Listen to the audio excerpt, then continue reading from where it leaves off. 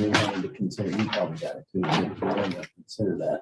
Yeah. You see what I'm saying? Okay, if everybody strap in, it is 9 o'clock. This is Mills County Commissioners Court regular meeting of Monday, September 27th. In attendance, we have Commissioner Guerin, Parton, and Williams, and County Judge Ed Smith. Commissioner Wright is out this morning. We also have in the courtroom the treasurer, a deputy county clerk, county attorney, and our chief deputy. So with that, call the meeting to order. And if you would join me in standing for the Pledge of Allegiance and the prayer. Pledge allegiance to the flag of the United States of America and to the republic for which it stands, one nation, under God, indivisible, with liberty and justice for all. Commissioner Williams, would you lead us in prayer, please? Bow with me. Dear Heavenly Father, thank you for this day that you have granted us. Thank you for this wonderful county that we live in. Father, be with us today as we do the business of Mills County. Guide us and direct us in all our actions. In Jesus' name we pray. Amen. Thank you.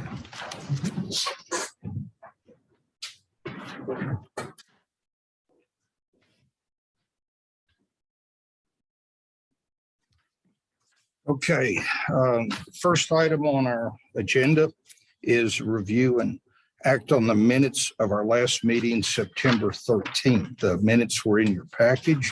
Are there any, everybody had a chance to review them? Are there any comments or corrections? I make a motion that they be approved as written. We have a motion to approve the minutes of September 13th as prepared or as presented and written. Is there a second? Also. Second from Commissioner Guerin. All in favor say aye. Aye. Any opposed? Okay, unanimous approval of the minutes. Audience with individuals. Do we, Ms. Fincher, do we have anybody sign up to speak?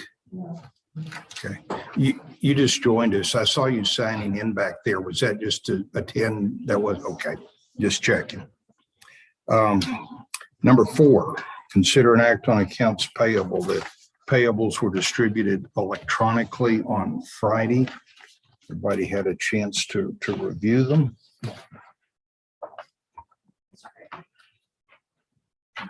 Are there questions on the accounts payable? This is important. This is the last payable run of the year. Am I right, Ms. Campbell?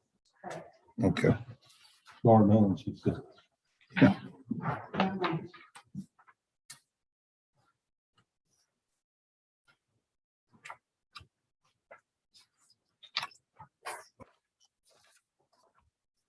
Hearing no questions or comments, I'll move approval of the accounts payable. Also.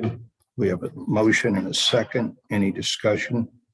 All in favor say aye. Aye. Any opposed? It's unanimous approval of the accounts payable. Number 5 on the agenda is consider an act on the tax assessor collector report. This is the monthly report that was not in the prior meeting package with the other departmental reports. Shows the departmental activity of the month. It's ordinarily just a consent agenda item. The key is showing the total funds collected for the month of 85,000 rounded, and county's retention amount of approximately 21,000.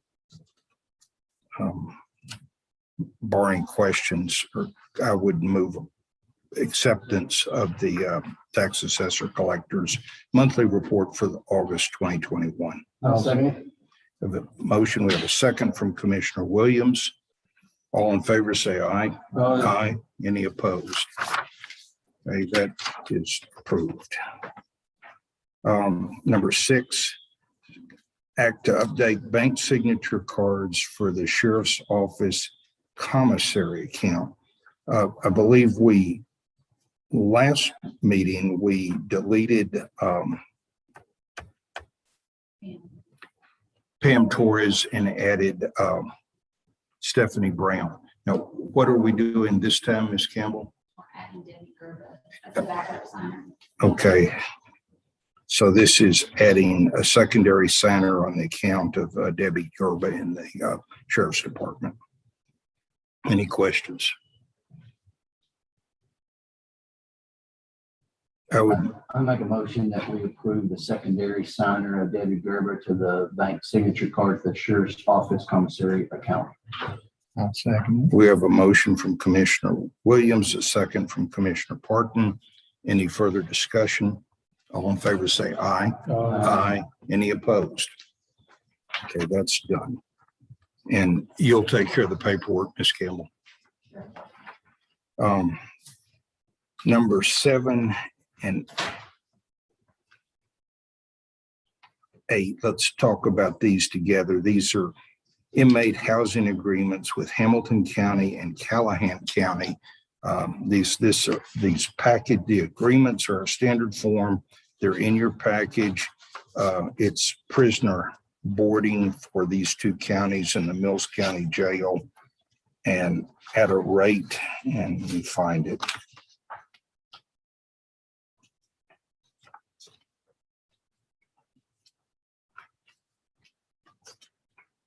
These are 1-year agreements that provide for annual extensions up to a maximum of 3 years.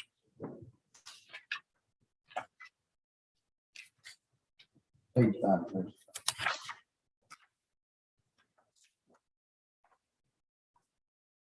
Yeah, thank you. On page 5, Article 5, it's a per diem rate of $50 per inmate per day.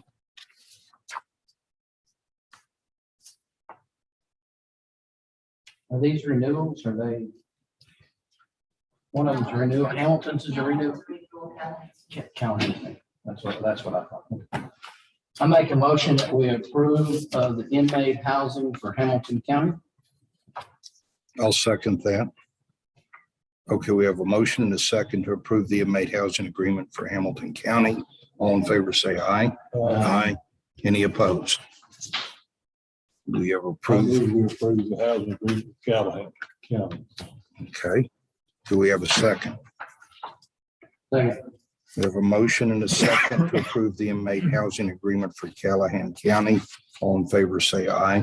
Aye. Any opposed? Okay, that is unanimously approved also.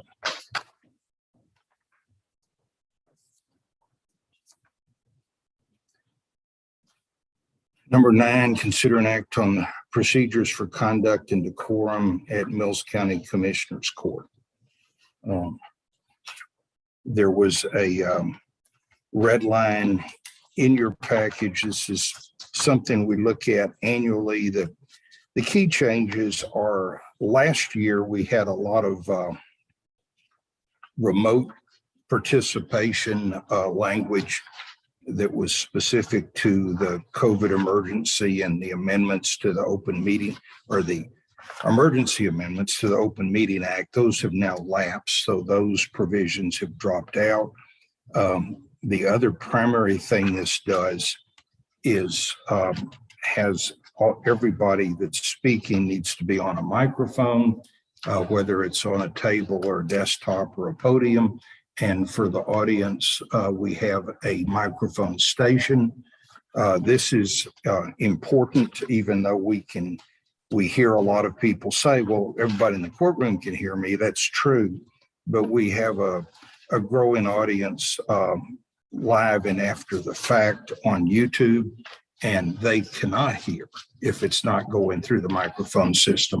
So to avoid one-sided apparent conversations, these rules require all speakers to be using a microphone. So we have a wireless mic, we have a podium mic, we have mics on tables in the dais, but that's a change. And those are the 2 substantive changes that are proposed in the rules. Any discussion? I move we adopt this new rule of procedure for the county court, commissioner's court.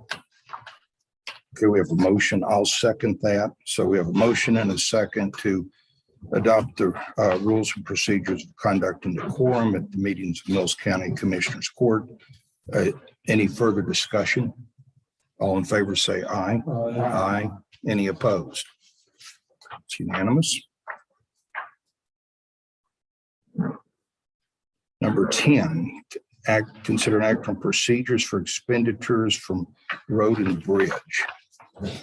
Commissioner. I'll take this, Judge. Okay. I'll take the lead on it, and then everybody can chime in.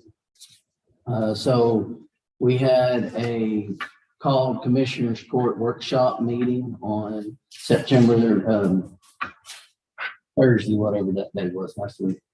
And we discussed for about an hour and a half on the different topics that were brought up in this year's budget: overtime pay, equipment, materials, and road improvements. We will have those minutes at the next to be approved in the next Commissioner's Court on those minutes. They didn't make them in today's packet. And this is just a summary of what we talked about. We did not, there was no vote or anything on this, so this will be presented with any changes today. This could be presented today as a motion. The overtime pay is in the road and bridge has set $100,000 to overtime. All actual work for the county to excess 40 hours. Every road hand has opportunity to work. Each project shall be presented to the Commissioners Court in adequate time to prepare for road hands and other commissioners to make plans for their work weeks. 3, commissioners must sign the timesheets, and a separate timesheet will be used for overtime week or projects. Either Somerset or County Treasurer, excuse me, you need your dues. She said that she could come up with that. We could add it to our timesheets as it is, or we can, or together her and I can come up with something to work on that. So on the overtime pay. And so does anybody want to talk about that before we go on to the next one? Any questions? No, I'm good with the concept. The way the outlines in the package is laid out. I would just like it to be a little clearer that it starts off saying all time, actual time worked in excess of 40. And the cash overtime is only for these specific projects with specific approval. Any other overtime falls within our standard policy and handbook of comp time. And so that is worded in the handbook. So is that today? Yeah, we have the handbook on the And so agenda that is- today. I don't want to, we've had these fights before after the fact where we all think we agree and somebody tries to hang us on the language. And This is only overtime pay for these special projects. I'm with you. And so which goes down to the next one is on projects. All projects shall be approved in Commissioners Court. All projects shall be approved by 3 of the 4 commissioners, and all projects shall be given to Commissioners Court for approval in adequate time so that the commissioners can prepare and inform the road hands of the projects. The reason for this is that it come to Commissioners Court is that there's going to be times it's going to be conflicting to each precinct, because not each precinct does a 5-day work week. Some do a 4-day work week. And if you're going to do a special project on a Monday or a Friday, the other commissioners need to know to make adequate planning to let their hands work to get that extra hours. And am I saying that right, Dale and Jed? I mean, so that's why it's gonna come to court. Now, we're gonna have to approve it. Right, but since court only meets in general a couple of times a month That should. and give you has a adequate lead time, I mean, you don't anticipate having to act more quickly than that. Right. Okay. I mean, you're looking at probably 2 commissioner courts out or something like that. In my thinking, I mean, you could have put it on next week's agenda. Okay. And so, but again, it has to have 3 of the 4 commissioners. Okay. The next is equipment the equipment, we've set aside 100,000 for equipment. And road and bridge budget. And so in general, we talked about many different pieces of equipment. And we come down with the 3 that are listed there. As number 1 being a haul trailer, number 2 being a belly dump, and number 3 is an actual haul truck to help pull those 2 for all the precincts to use. We did kind of put a price on those. If we can try to keep it around those prices, that's what we're looking at. And the reason we come up with kind of those is all the commissioners agreed that, you know, we'll take, for instance, the haul trailer, it's new or used. We narrowed, 6 different types of ramps down to 2. Would that size trailer move a maintainer? Yes, sir. And that where it comes down to the minimum weight is 50,000. The deck length is 35 to handle a maintainer. Whether you wanted a wooden deck or you wanted a metal deck, if you wanted what kind of axles, an air ride or spring loaded, and we kind of put down what we would all prefer.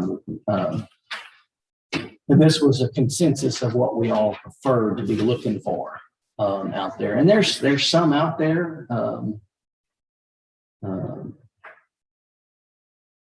If we go new, the problem is this construction, you're probably 6 months out. If you go used, you might find it faster. But we don't anticipate doing a ton of the overtime work and projects due to time change fixing to happen. So it'll probably be a lot spring and summer. The belly dump, pretty much a new one you can get around 30,000. A used one you can get little under 30,000. So that's why it's a price range around. The haul truck and semi trailer. But we all agreed probably a manual transmission over an automatic, and then somewhere around the 50,000 range. Now, if you do the math there, Judge, I've done it. that comes up more than 100,000. Yeah. So 50, 30, and I'm putting a lot of stock in the around or under type of words. I mean, the budget's 100,000. So, and of course it hasn't been approved, but I've got my maintainer in here on today's agenda. And so there is probably going to be extra funds left over on that. And I'm willing to move some of that over to help meet some of this need. Okay. You see what I'm saying? Yeah. You're saying line item transfer for precinct 4. And we talked to Ms. Campbell about that, the treasurer, and she said, yeah, we can do a line item transfer there. Okay. And again, that line item will have to go through court. Right. Aggregate, we would prefer to keep it in the county, and that's why it's listed as, and I don't know what is Scott's name for his company. I couldn't remember. Iron. Old iron. Old Iron. Anyway, I just put McCoy's aggregate here, but that's Scott McCoy, who is crushing material out there on Highway 16. He has talked to his landowner that he's getting it off of, and they're willing to crush material for us. You can see the question mark there, though. If I don't know, I'm not 100% how that works, Judge. If you can't just go out there and say, well, we're going to give you 50,000 to crush this much material, because then you're over that 50,000 threshold. So you're going to have to open it up for bid. But if you did it per project, you would be under that threshold. So I don't know how that works. I mean, you don't want to game the purchasing regs. I think nothing wrong with bidding it. It might save us some money, but we need to make sure in our analysis of the bid, we look at the total cost to the county, which is both what you pay for the material and how much you have sunk cost in hauling. So that if you're buying it 100 miles away, whatever that haul cost is needs to get figured and not just go on the lowest material cost. And so one of the questions that arises, and it kind of leads into the next one is road improvements is, does rental, like if we wanted to rent a roller instead of purchasing one, does that come out? Can that come out of one of these costs? Or if you rent a roller for road materials to help pack it in, when you were coming up with this budget, did you think of, I'm just trying, we don't. No, I mean, So- I did not think of a roller, but the road improvements was things that were other than materials and buying equipment. So So if we it wanted was- to rent out a contractor to help us haul material, we could do that out of road improvements? I'd first try and do it out of materials, but I think that's something the treasurer and the court could discuss. You hear that, yeah? Is that what you was is that helping? That'd get us, 4 or 5 haulers at one time if we could do that. So. Yeah, I would just see what each precinct comes up with. Some of them may not even require, some of them may want to do a concrete Mhm. crossing. Yeah. Yeah, some of them may want to top a road. I mean, I would think that when we get to that point, that the commissioners need to sit down and say, this is what I'd like to do in my precinct. I mean, the big picture goal is to make a substantial difference in improving the county roads. So I'd be open to any proposal that accomplishes that. I just would hate to fritter it away on things that a year from now will not be there. Yeah, And it needs to kind of be a long-lasting improvement. Yeah. Which topping the road would be long-lasting, or putting concrete in, Or or some culvert, crossings or yeah, stuff like that. So, I mean, that should be around for a long time. the thing that would come out of this is that all of us were kind of questioning, Judge, is how is working the overtime pay with the guys. I mean, we got the concept, but actually getting the workers to actually work is going to be to get them to, sign up and help is going to be the different project. It's going to be the hardest thing. Yeah. We didn't have any problem figuring out the equipment. We already had it spent before the budget was probably. I mean, a time and a half is close to $27 an hour, and they're getting extra retirement on top of that. To me, that's a powerful number, but you're right. We won't know till we try it. So I think this is a good year when you try it. And, any questions from you or comments from the other commissioners you want to add? Third the winter time, and we'll probably go back to 8-hour days when the time changes, just because we're shoving dark in the morning and we're shoving dark in the evening. I went with them because I just started in January. That's what they were already doing. I told them halfway before the time changed in the spring. That wasn't really a favor because we all got our own stuff that we need to see more than on weekends during daylight. And they've kind of agreed. They're balking a little bit, but when you get one of these special projects, it's either going to have to be when the days are longer or Saturdays, one or the other. And as far as the precincts, to me, getting together, like if you were going to try to accomplish something and haul a large amount of dirt, that would need to be done at the first of the week so that you could have that week with your 2 hands to get that. So if you wanted to tackle 5 miles of road, everybody hauls it on Monday, and then you've got all week to To work it in. Yeah. And I'd say more like a mile. Okay.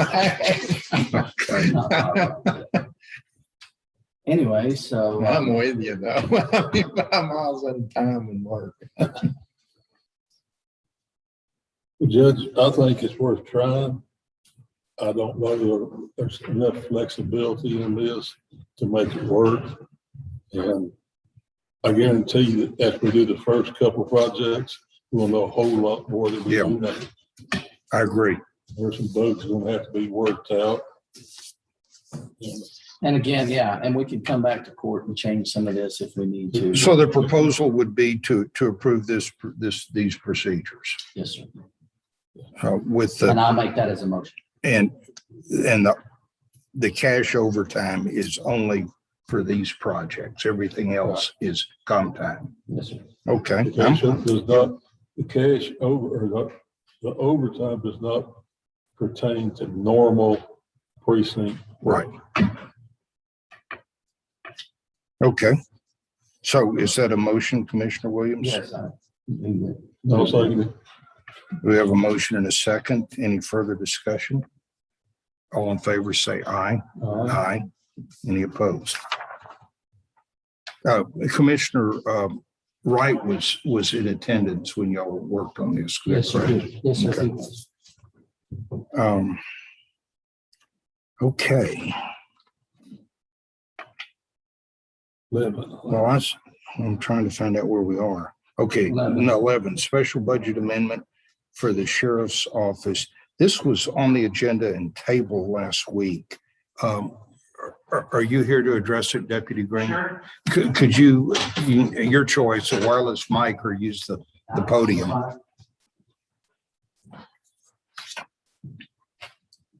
Yeah, what was proposed, as we understood it, was the creation of a revenue account. But just go ahead. Turn it over to you. Well, my understanding, the monies that we put forth, we put in as a donation. I think statutes allow that. I think it's chapter 81, I believe, in what the government code allows donation. I'm not sure what else the question was. Well, I mean, the question on creating a new Miscellaneous account. was that we had a couple of revenue lines in the law enforcement budget. One was deputy reimbursement, one was miscellaneous revenue. Right. And it was like, well, can we just use those and put it there? The realities of that, I couldn't tell you offhand. Like I said, in previous years, previous times, it's just been gone into general fund as a donation, just like someone had brought money up. Well, For whatever reason. is the money coming from, I mean, directly from a road contractor? Or is it coming from the deputy that received it from the road contractor? In this specific occasion, it came from the deputy. Okay. Yeah. So it's really, I mean, it's kind of a reimbursement for the use of county equipment, right? Right. And I've done a little research since then, since the question came up, and discovered that as far as in-county security work and things of that nature, it's if the sheriff allows patrol car to be used basically for the public good and working in the security jobs, that we can't reimburse the county for use of the vehicle. Which sounds odd, but that's the way I read it.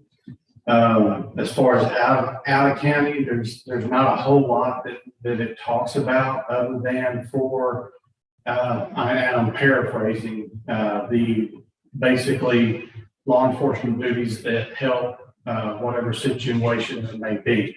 Those occasions. You're talking like a mutual assistance type? Correct. Essentially, the out of county stuff is for tech stuff. It just goes through another contractor that's providing all the barricades, the cones, all that fun stuff. But the money actually funnels down from tech stuff. So, and I guess it would be ultimately up to the commissioner's court whether y'all wanted to continue that or not. I mean, in previous years, it hadn't been an issue, but it's kind of a y'all. I mean, I think the biggest issue might have been the out of county stuff, because has that come up in the past?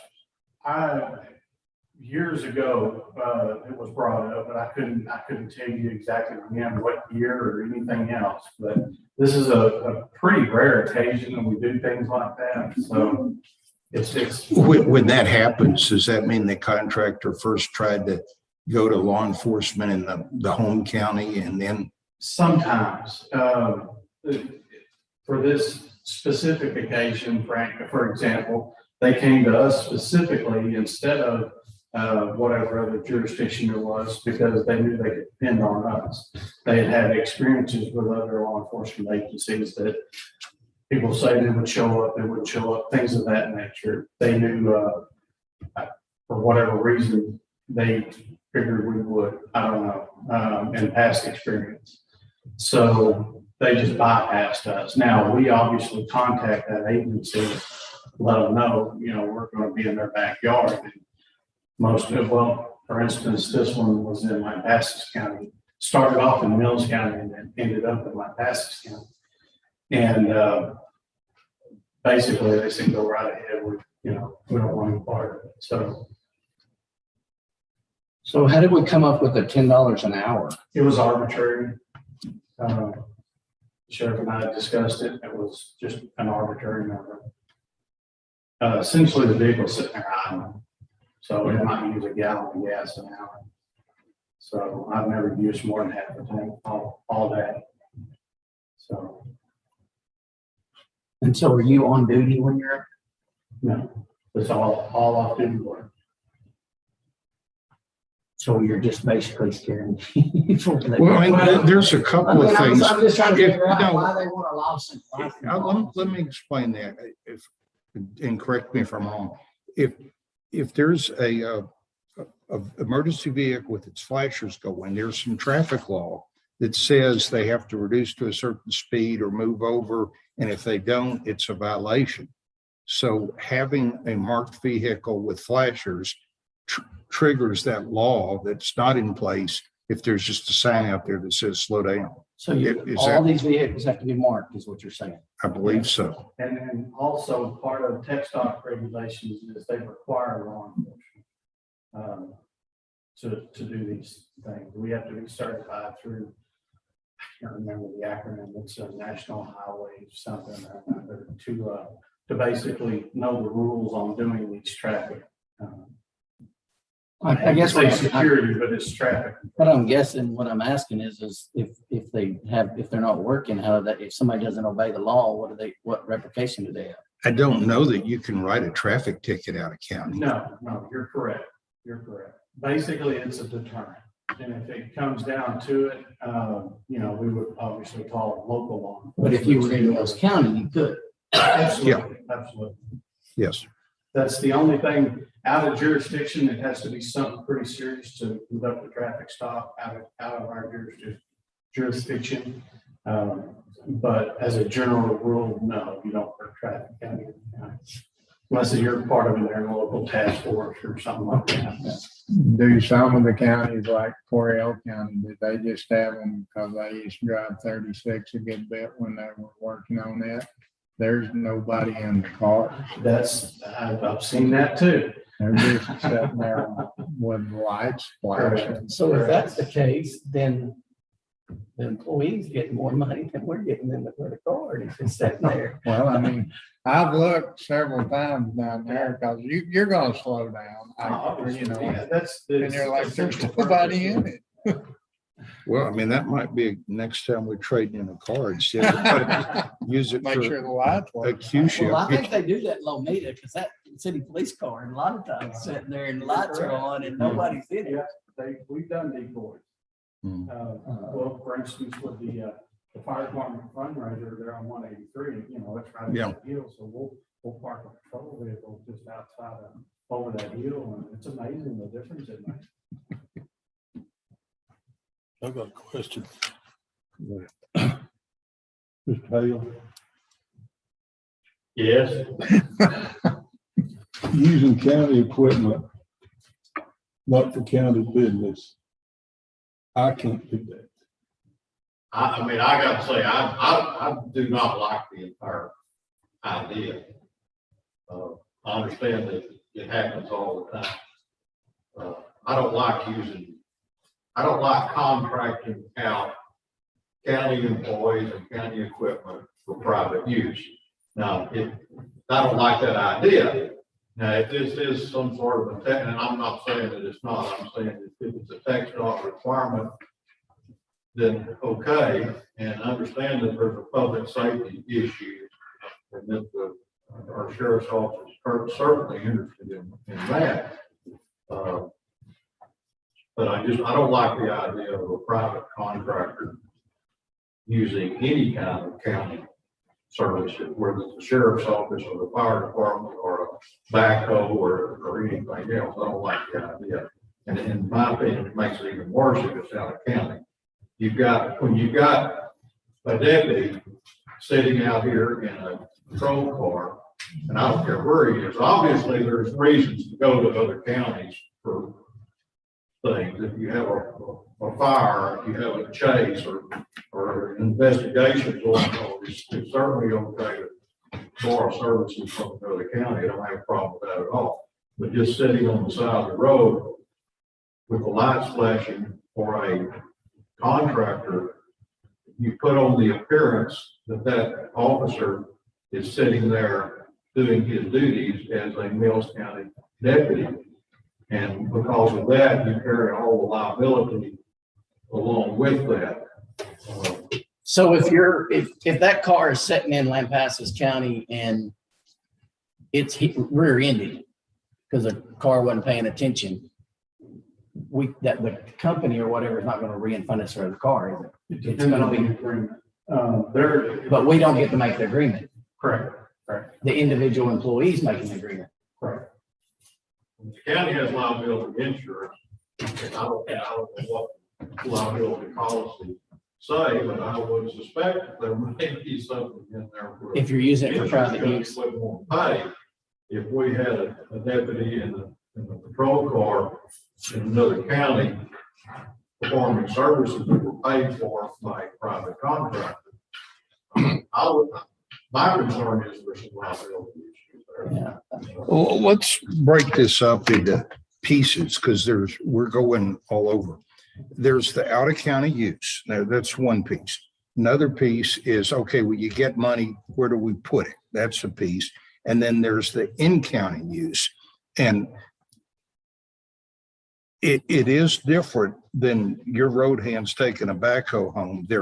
I've found the Attorney General's opinion that says under the provisions, and I think the Chief Deputy cited it, that under the sheriff has the authority to authorize this private use of county equipment in the interest of public safety. Now that's in the county that he's sheriff of.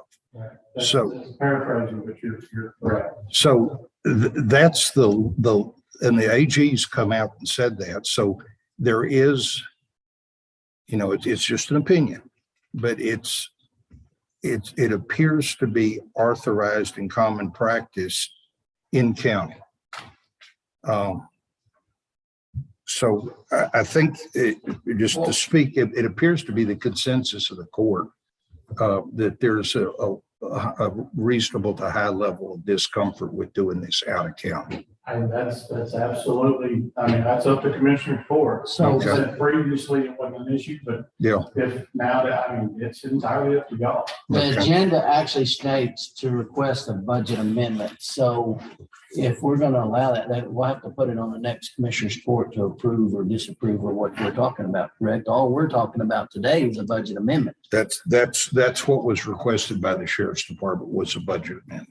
Let me say this, what we're talking about here today is something that's already happened. Correct. And I sure don't have a problem with backing up the sheriff or whatever he's decided to do with this particular contractor, this particular issue. I think we need to have a policy going forward, is what we need to do. And say, as of today, that this is what our policy is going to be. Sure. Okay. Clear understanding between the commissioner's court and the sheriff's office as to what's allowed and what's not.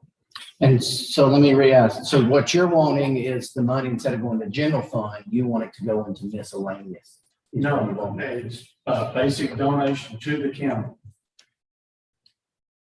So So, so this is not, Wherever y'all want to put it, Treasure. it's up to y'all, I guess. okay, This is so, where I was told to put it initially because we just didn't Okay. know. okay, so we don't need to put that in that fund, Judge. Because it's gonna be, I'm not sure how it got handled previously. I just Yeah. know it was handled as a. I think, I mean, this goes back into the agenda then, but if accounting, you can just book it in miscellaneous income. And then we need to have two things on our next agenda. One would be to accept a list of donations. Okay. And we'll list, I believe 2 weeks ago, you had listed names and amounts. Correct. So those would be the individual officers. the thing about that, Judge, is right now, we only approve donations over $250 or $500. We do not have to. We do not have to anything under. It's Okay.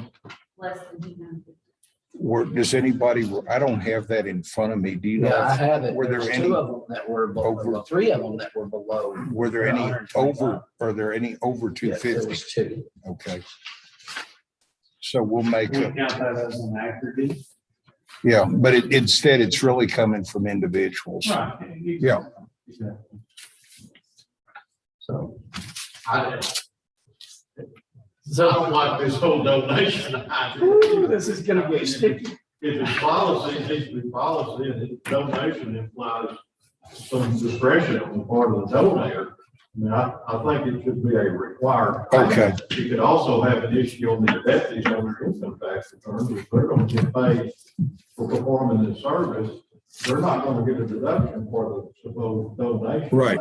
County. They'll have a, So they're actually losing money on their income tax on this deal. So, whereas if it's a mandatory payment, they would be paid the deduction. so that leads us back to once again, tabling, having a policy or procedure or policy.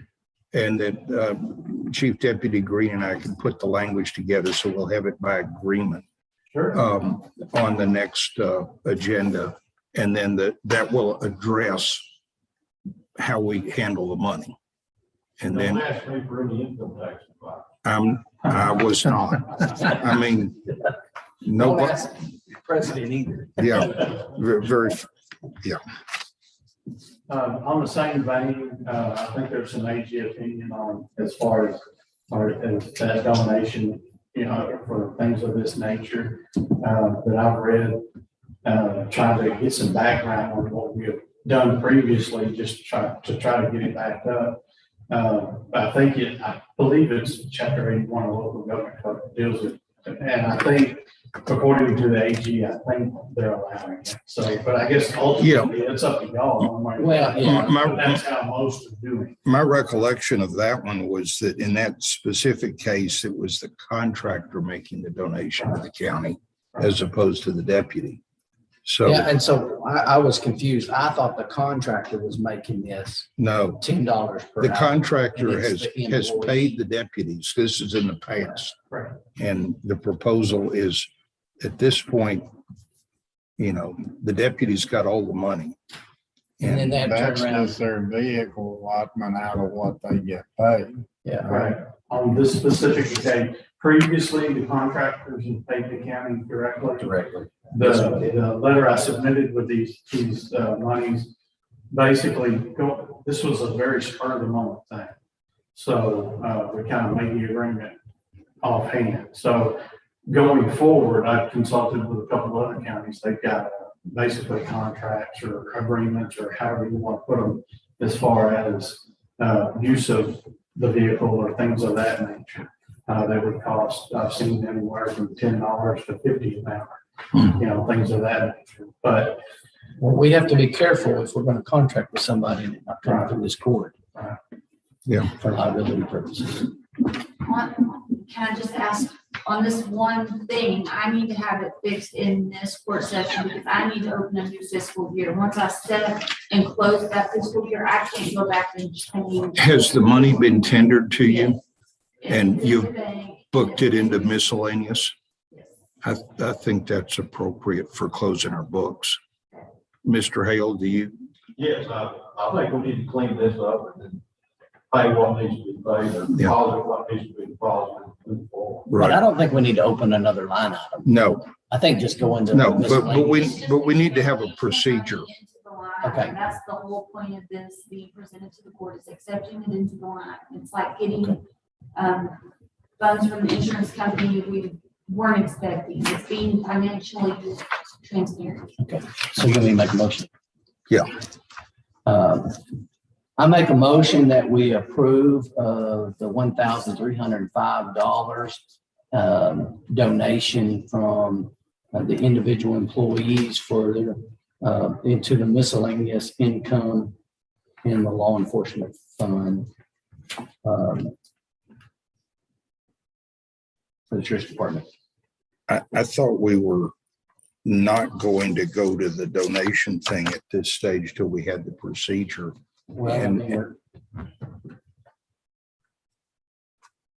there are donations I there. would state it as accepting funds as miscellaneous income Okay, into the law enforcement. so with the correction of making this a miscellaneous income. Yes. Okay. Okay, there's a motion from Commissioner Williams. Now, but what's on the agenda? Wait a minute. What's on the agenda, going back to that, is a line item transfer. So, I mean, a special budget amendment. So I think all we can do might be to table this and have a procedure that addresses it and do it in the next meeting. Meanwhile, the treasurer has booked it and we just acknowledge it. Okay, so, okay. But that could fall under accounts payables and receivables, couldn't it? Well, where's receivables? It's under payables. Yeah, we didn't have any pay. There's no payables associated with this. So what you're saying is we just table this and then let her put it in miscellaneous. That would So be no motion. consistent. Well, I move we table. But I already made a motion, so we'll have to Yeah. have a second or not have a second. Hearing no second, the motion dies for lack of a second. So therefore, the next motion will be made by the county judge to table item 11, and it will be a procedure to deal with this will be resubmitted to the court at its next meeting. This is one of those things that, it's one of those, we've always done it this way, but I look forward to looking Yeah. into cleaning up the procedures and the ins and outs of it, so. Okay, so we have that motion table. Is there a Second. second? We have a second. All in favor, say aye. Aye. Thank you. Thank you, Deputy. No problem. Number 12, consider an act on employee handbook changes. These, I believe, were circulated.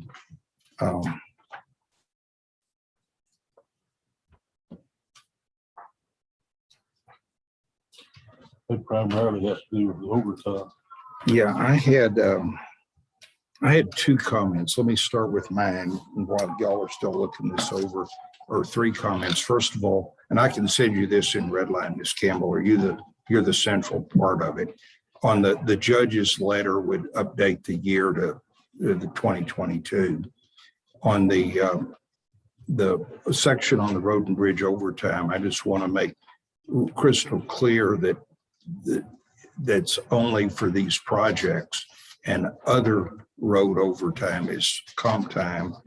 And I'm trying to do this from memory. There was a third issue, and it had to do with the statutory leave for law enforcement, first responders, firefighters, EMS, and it had to do with, I forget whether it said COVID or infectious disease or pandemic or something.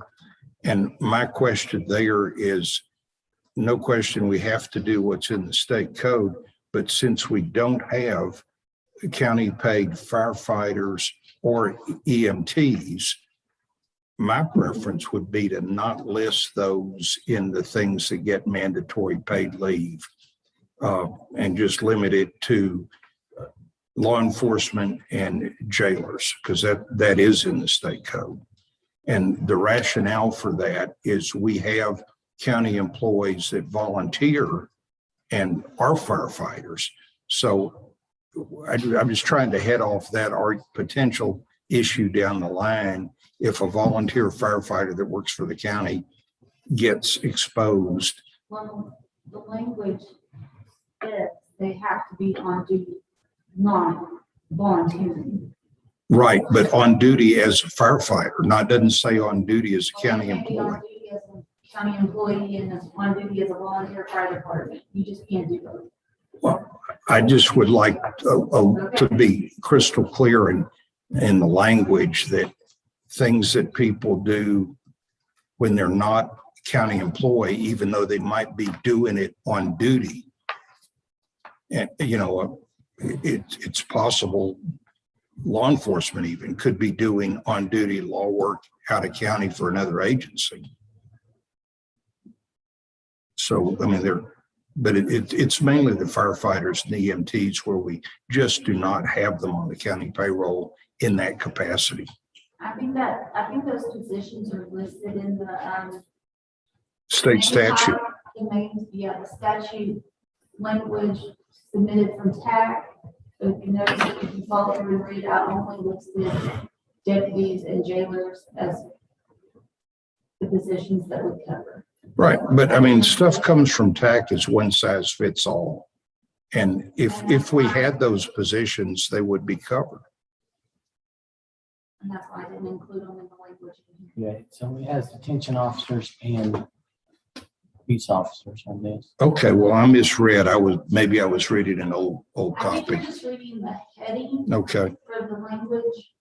okay. And then I Well, just did not. as long as it's out, I got a red line over the weekend that I thought had it in. So that's, those were my only two comments.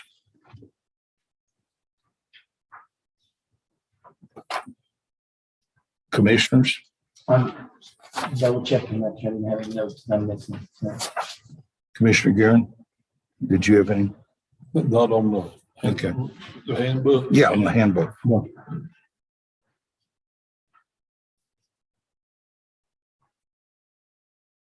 Do we have any, I'm just questioning, do we have anybody on the Texas Military Forces that works for us now? I asked that question on the end. I got no. I didn't know. Reserves or nothing like that. I think we used to, didn't we? Didn't we have some reserve 2 years ago? Chris? Yeah, we had one in particular, but yeah, I was thinking, we did. I'm not aware of anybody in our office. But I mean, we could hire somebody tomorrow.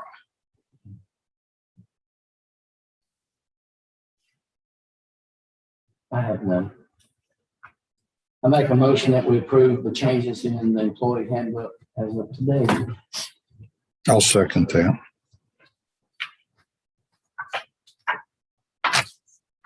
Motion made and seconded. Any further discussion? All in favor, say aye. Aye. Any opposed? Okay, we've approved that. Number 13, this is a resolution for the Texas Indigent Defense Commission grant program. This is something we do every year. It's a canned resolution that in return for submitting approving the resolution in court and submitting it, we get a indigent defense grant from the state. From memory, I believe it's been around $8,000 this last year. That doesn't cover our indigent expense cost in the county, but it helps. And the only gotcha in it is that if they find that we have misused the money, we're obligated to pay it back. So if that language is typical in any grant. So if we pass this resolution, the court's agreeing that we're going to spend at least $8,000 on indigent defense. And I would tell you that we probably will have done that by November. So any questions on the Indigent Defense Commission grant program? I'm not 100% sure, Judge, but I was just going to tell you, I think this is the grant that we got years ago that we piggybacked on with Collin County, Bell County, and all that other stuff. And they included us, this little bitty county, to get this. So not every county gets this, if I'm not mistaken, but we just happen to get a board on those big counties. Okay. There's nothing in the papers, the work that I've received that I may be indicates wrong. anything Maybe other than maybe Mills other County. thing, Okay, because we got the lady that helps do Indigent Health. right. Oh, no, that's Indigent Health. This is Indigent Defense. And I think we initially used this grant in part to set up Nita Richardson, the Indigent Defense Coordinator in Brownwood County. Well, I would move approval of the resolution for the Texas Indigent Defense Commission grant program. I'll second it. Okay, we have a motion and a second. All in favor, say aye. Aye. Any opposed? Number 14, consider an act on the purchase of a maintainer. So you have the bid that's in front of you. It's a John Deere maintainer, 670G. You'll see that in front of you. And the price and the trade-in. It did, from the original bid, it went up. Of course, that bid was back in before the budget process started back in April, in April, 1st of May. And so it went up about $15,000 from the original bid. The reason I'm bringing it to the court today to go ahead and he said there's no way we'd probably get it before December. So I wanted to go ahead and get it ordered, and then that way and set it up. If this passes, that for the treasurer's office, so that would come in sometime in January. So we're going to have to be moving funds, and we won't have to pay for it until it comes in and stuff like that. But we won't have to like cash in a CD or anything like that to get this purchased. What did we budget for this? 300. Okay, And so that's where it comes into what we was talking about earlier in the special use funds for the road and bridge. There'll be some leftover money. and this is being purchased through This is, gov.com or something. Let me look at it's not the Sourcewell. Bible. Yeah. Sourcewell, which is our approved purchasing cooperative. We're Yes. doing it pursuant to one of their state-approved contracts. It's been Yes. bid. They've already done all the paperwork and stuff. All we have to do is approve it and agree to this. My understanding, Judge, that Sourcewell is similar to buy board. Yes. This is, according to guys I've talked to, Sourcewell is a better deal. We joined Sourcewell when Precinct 3 bought, I guess, their maintainer, wasn't it, Jed? Yes, I remember, I think it was in 2019, and we did a lot of research at the time, and you're right, they qualify as a approved purchasing cooperative under the Texas code. And they're quite a bit cheaper, Okay. buy board. Any further discussion on this purchase order? Are you gonna trade your? Yes, sir. I think I'm gonna go ahead and trade it in. Yeah. I move we purchase it, but Pooch is not already on the table. Well, so we're purchasing it for next year, right? Yeah. It won't arrive till January. But I guess your motion, Jed, probably needs to have the price in there, sir. I would think.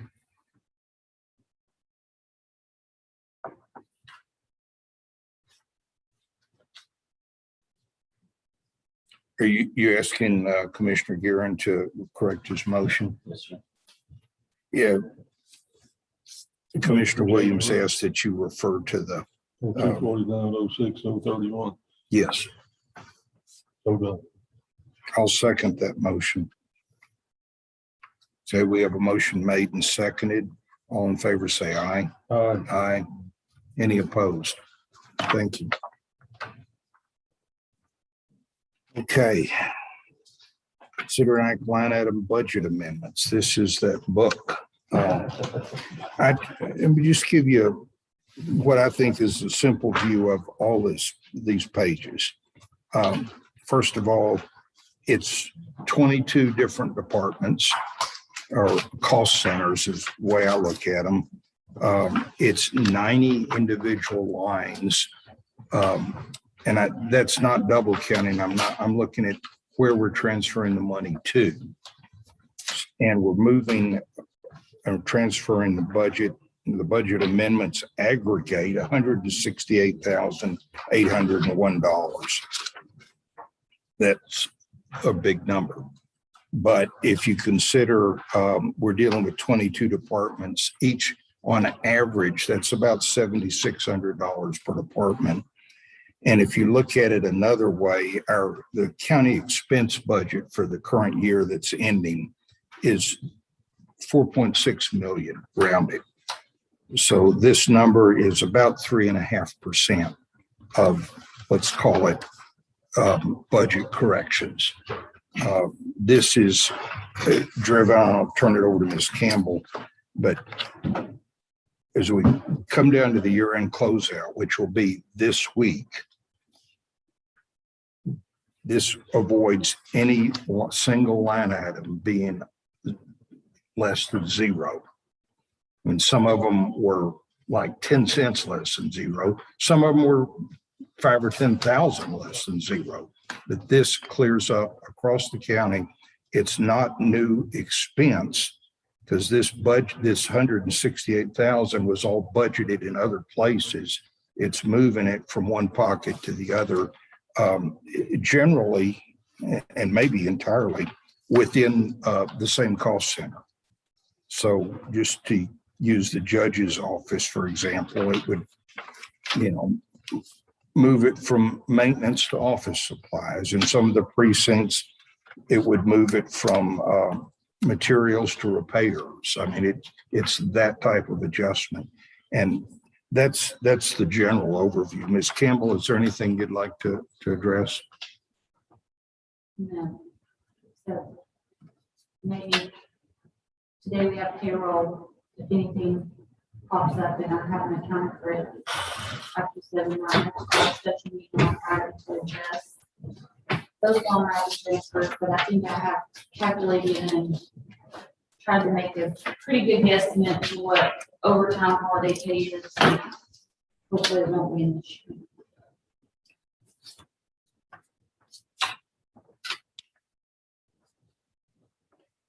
Some of the bigger items are just lay them out for you. We've had a little handful of legal bills that the court's familiar with between the working on the zoning ordinance and the grievance committee fight.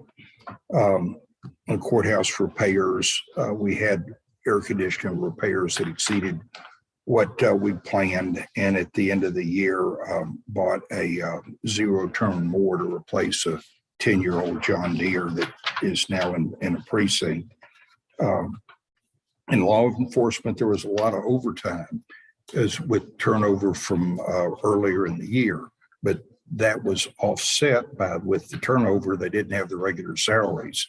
So it's another example of moving buckets from one place to the other. And on the same time on where it is in the non-departmental, we had additional accounting expense. We had the opportunity to remortar the bottom 4 feet of the old 1885 jail. And that was about $4,000. That wasn't planned, but there was a lot of leftover money in the court funds, and that's what was done with it. So that's the type of stuff that's here. We tended to run over on CPS attorney's fees. We tended to run way under on most other court-related costs due to COVID this last year. Everything from jurors to indigent defense, non-CPS. That one on the Hall grant fund, Yeah. is that, the grant didn't cover that, is that what we're?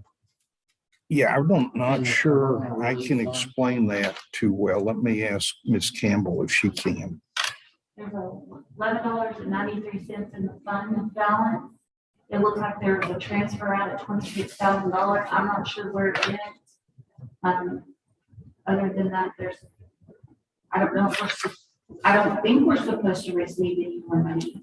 No, the HAVA grant was funded. The only expenditures I'm familiar with it was we used it to buy new election voting machines during the year or very early in the year.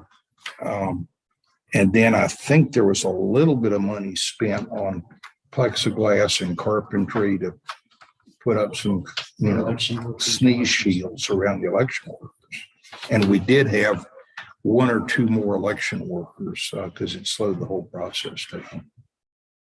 That was the only one that I had questions on. Ms. Fincher, do you have any recollection on the HAVA grant? Okay.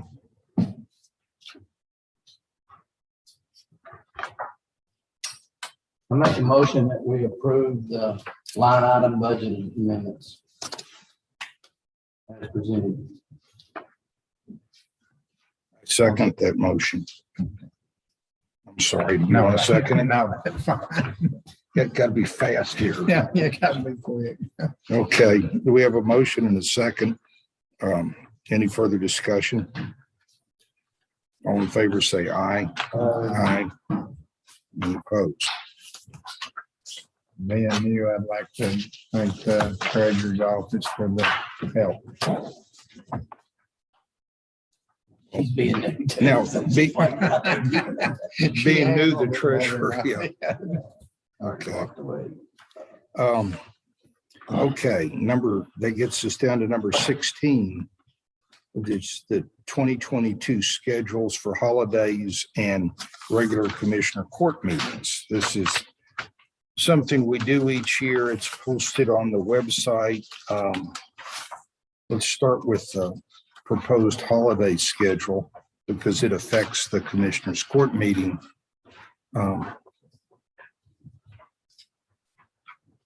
What's proposed is the same number of holidays as we have the current year, 11 observed holidays, 2 floating holidays. That's a total of 13. There's was a table in your package showing some of the surrounding counties. Most of them observe 13. Well, it ranges from 11 to 15 holidays in other counties. The floating holiday program, from what I've heard, has been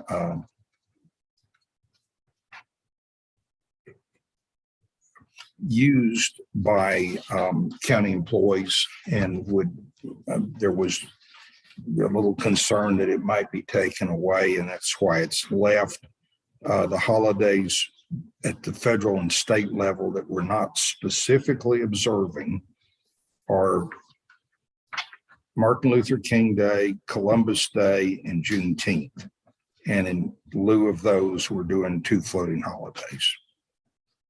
And we're closing the Friday after Thanksgiving, and the way Christmas falls this year, the Friday and Monday around both sides of Christmas. And point out that New Year's Day, which is January 1st, is on a Saturday. And the normal protocol might be to observe it on the Friday. However, the Friday would be in 2021. We've already published that schedule and I missed it. So we're proposing, I'm proposing to take the New Year's Day holiday on Monday, January 3rd. I don't know what else we can do on that. Well, I mean, we could skip it, but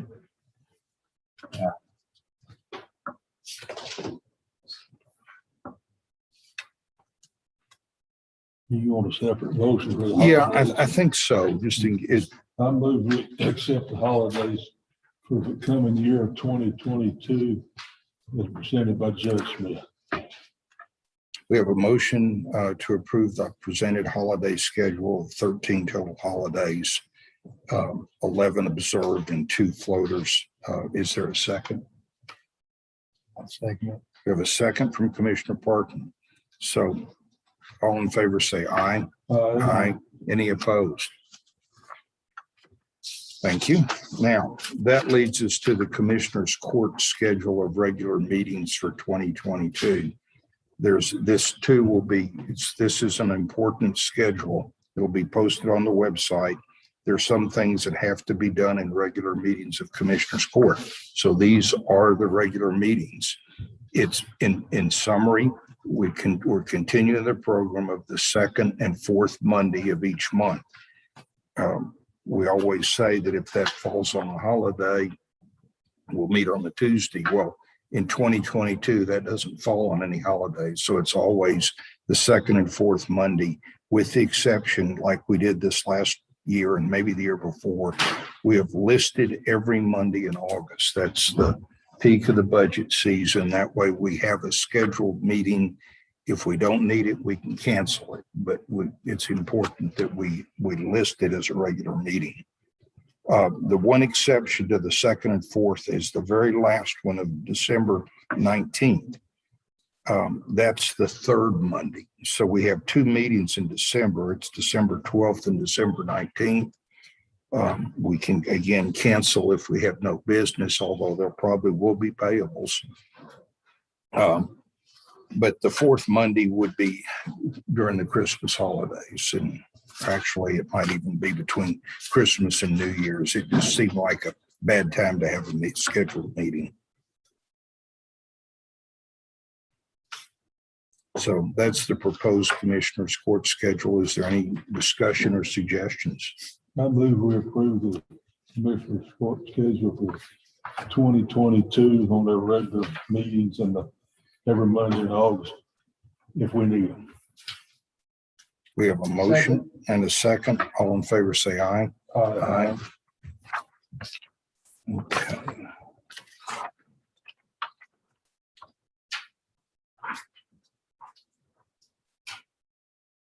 Commissioners' reports and requests. Commissioner Guerin. We've been taking out a road fence for an individual who's going to build a new fence.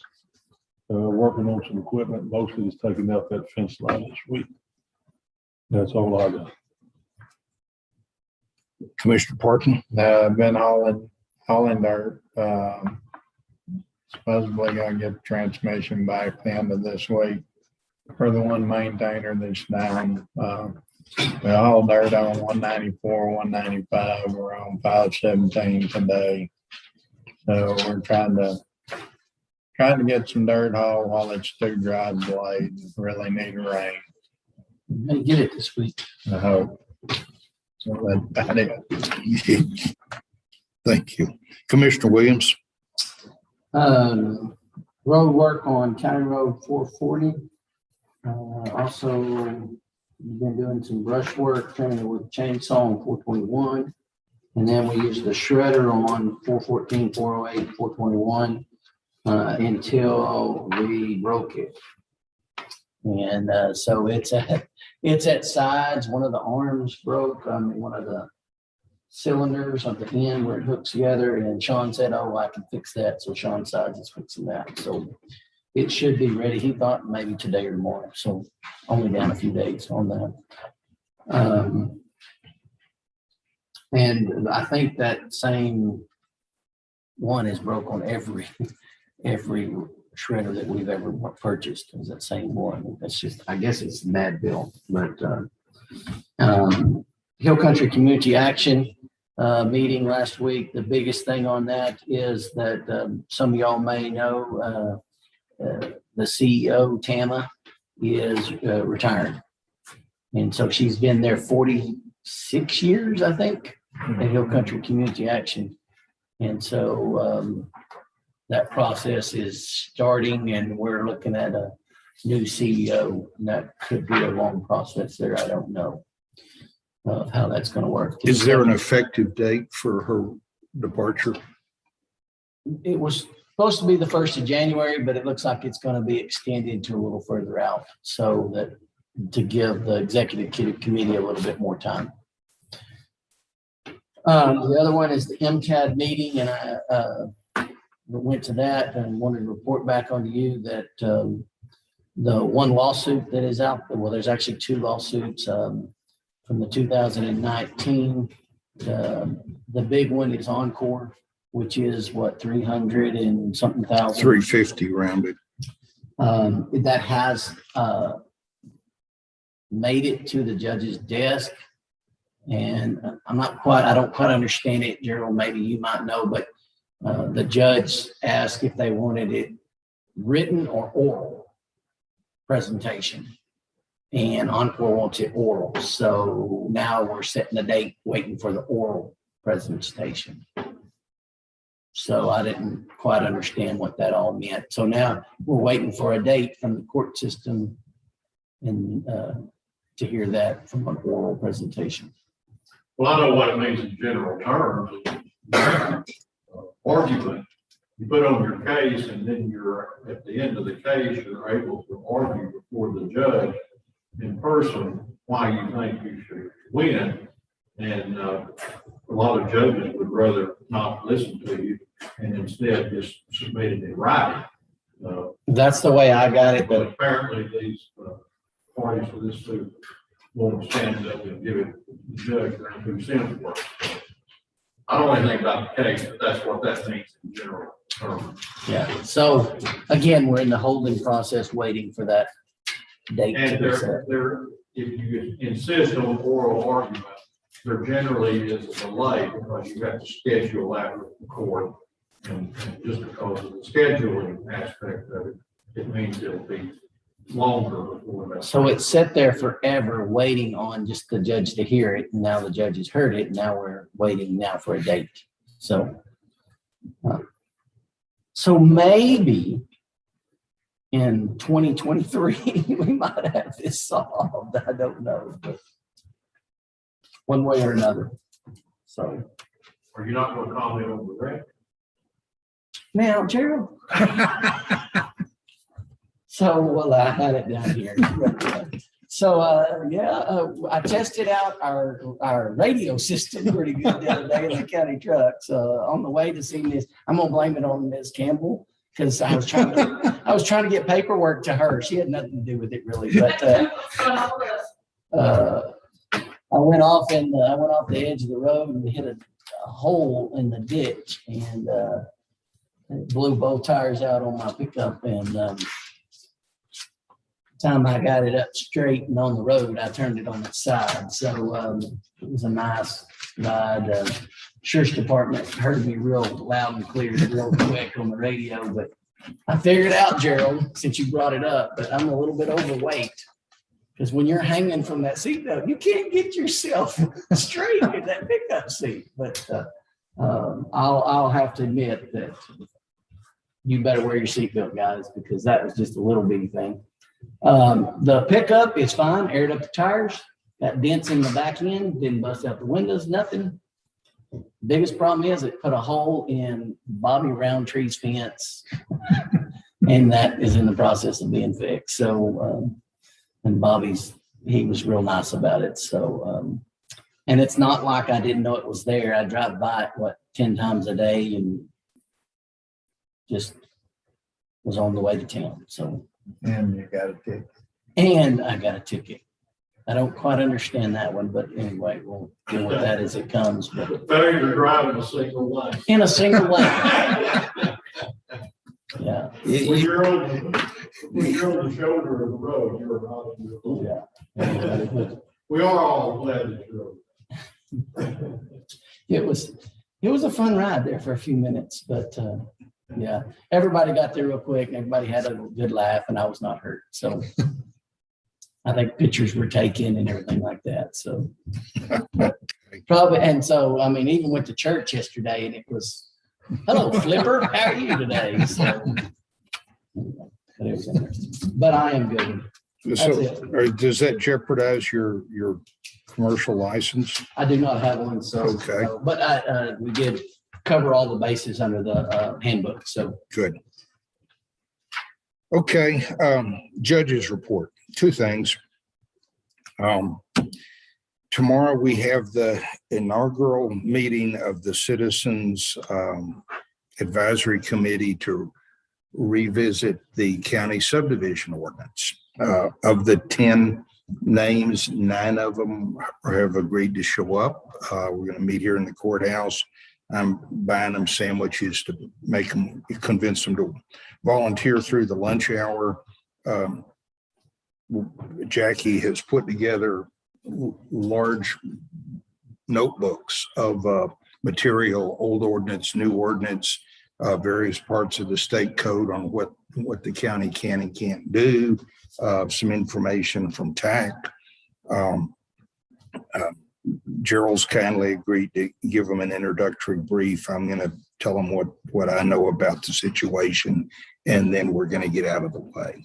So this process is getting started. And by next meeting, I may be able to tell you when we should expect to hear a report from them. But personally, I think we're looking a month out or at the very least. Second item, it's a commercial from Ms. Campbell. Once she closes the payroll out today, and maybe some more into tomorrow, we'll know whether or not there are any other adjustments we need to make going into year end. If we need to do anything officious, there will be a called meeting with the required 72-hour notice, which would probably put us out here Friday. Hopeful that we won't need that, but we won't know for probably till tonight or tomorrow. So just be aware. That's all I have. I appreciate everybody's patience this morning and would entertain a motion to adjourn. So moved. We have a motion. Is there a second? All in favor, say aye. Aye.